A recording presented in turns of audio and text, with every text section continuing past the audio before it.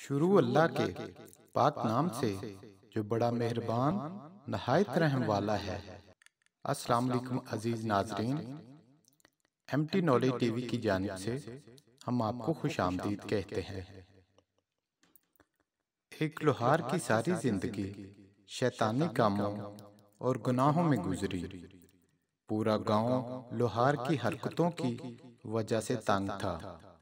एक दफा वो अपनी दुकान पर काम कर रहा था तो एक बुजुर्ग दूसरे बुजुर्ग से कह रहा था, इस लोहार का क्या करें? पूरे गांव की खवातीन इस शैतान की वजह से घर से बाहर नहीं निकलती। दूसरे बुजुर्ग ने कहा, जब इस लोहार की अपनी बेटी पैदा होगी और कोई इसकी बेटी को बुरी नजर से देखेगा तब इसको एहसास होगा कि औरत की इज्जत क्या होती है। दोनों बुजुर्गों को पता नहीं था लोहार ये सब बातें सुन रहा था। जब लोहार ने बुजुर्ग की बातें सुनी तो उसके दिल पर गहरा असर कर गई। उसे उस वक्त एहसास हुआ, मैं ये किस काम में पड़ गया था। उसने उसी वक्त अपनी दुकान बंद की और नदामत के आंसू बहाते हुए मस्जिद की तरफ दौड़ा। अल्लाह से अपनी गलतियों की माफी मांगी और सच्चे दिल से तौबा की। अब लोहार ने मस्जिद में बाकायदा नमाज पढ़ना शुरू कर दी। मस्जिद में मौजूद नमाजी उसको गौर से देखते और मस्जिद का इमाम भी लोहार को अजीब नजरों से देखता था। वो जानता था लोहार की हरकतें कैसी थीं। सबको इस बात की हैरानगी थी जो लोहार एक वक्त में शैतान था, जिसके डर से मोहल्ले की औरतें अपने घरों से बाहर नहीं निकलती थीं। वो लोहार इतना नेक कैसे बन गया और कोई भी नमाज नहीं छोड़ता? कुछ तो हुआ है जिसकी वजह से इतनी तब्दीली आई है। उन्हें शक होने लगा, दाल में कुछ तो काला है। उसके यूं अचानक नमाजी और परहेजगार बनने में जरूर कोई ना कोई चाल है, या फिर इसका कोई मकसद छुपा हुआ है। जब से लोहार ने सच्चे दिल से तौबा की तो उसका कारोबार कम होने लगा, लेकिन उसने हिम्मत नहीं हारी। उसने मजीद मेहनत करना शुरू कर दी। गांव की औरतें जब अपने घरों से बाहर निकलती थीं तो औरतें भी देखकर हैरान होती कि लोहार अब पहले जैसा नहीं रहा। उसको तो अब काम से फुर्सत भी नहीं। वो अब किसी को भी नजर उठाकर नहीं देखता। लोहार के ग्राहक आना बंद हो गए। उसने अपनी दुकान बंद कर दी और मजदूरी करने लगा। दिन भर की मजदूरी के बाद उसे बहुत थोड़ा मुआवजा मिलता, लेकिन उसे कम मुआवजा मिलने के बावजूद वो अल्लाह का शुक्र अदा करता और घर चला जाता।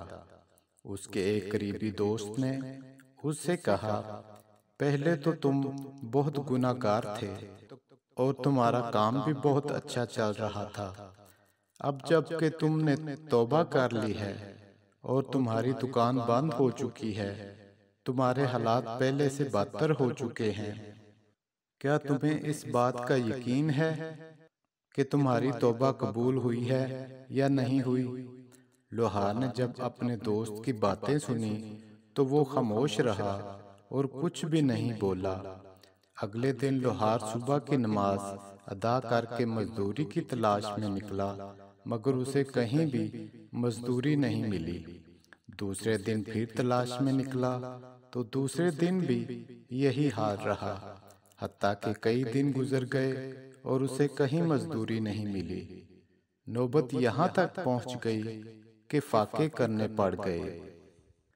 कई दिनों तक ऐसा होता कि लोहार पूरे दिन में सिर्फ एक वक्त का खाना खाता और कई रातें वो बगैर खाए पिए ही सो जाता। एक दिन लोहार परेशानी की हालत में जमीन पर बैठा था कि मस्जिद का इमाम लोहार के सामने से गुजरा। मौलवी ने लोहार को गौर से देखा। मौलवी को मालूम हो चुका था कि लोहार फाकों में है। मौलवी ने कहा, अल्लाह ने तुम्हारी तौबा कबूल ही नहीं की, वरना तुम यूं जलीलो ख्वार ना हो रहे होते। लोहार ने मौलवी को अपने साथ लिया और अपनी दुकान की तरफ चल पड़ा। मौलवी चीखता रहा, मुझे क्यों लेकर जा रहे हो? मगर लोहार ने उसकी एक न सुनी। लोहार उसे अपनी दुकान में ले आया और लोहे के तख्ते पर लटका दिया और आग से हथौड़ा गर्म करने लगा। मौलवी डर गया और कहने लगा कि मुझे छोड़ दो। लोहार ने कहा, बेफिक्र हो जाओ, मैं तुझे कुछ नहीं कहूँगा। मैं तुझे यहाँ कुछ दिखाने के लिए लेकर आया हूँ। मेरी दुकान पर गाहक बेढंगा लोहा लेकर आते हैं। कोई गाहक मुझे कहता है कि मुझे तलवार बना कर दो, कोई कहता है खंजर बना कर दो। मैं लोहा गर्म करता हूँ, अपना हथौड़ा भी आग पर गर्म करता हूँ।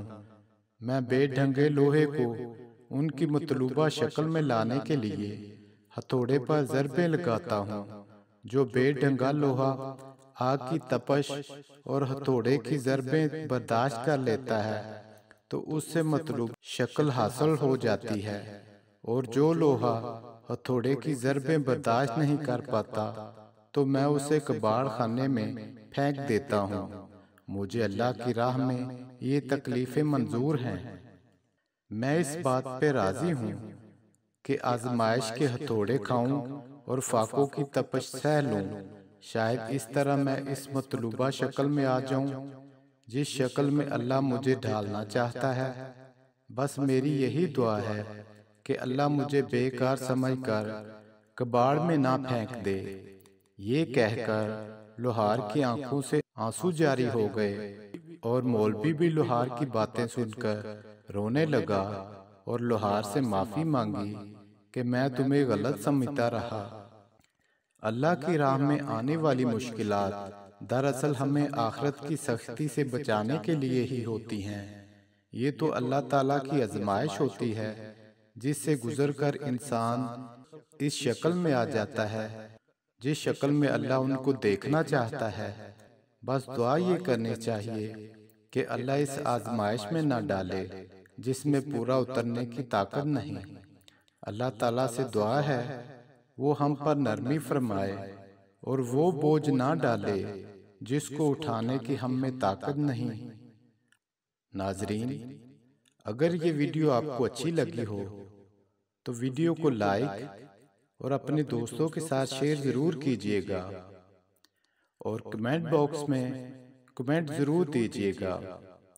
अगली वीडियो तक के लिए इजाज़त चाहूँगा। अल्लाह हाफिज़।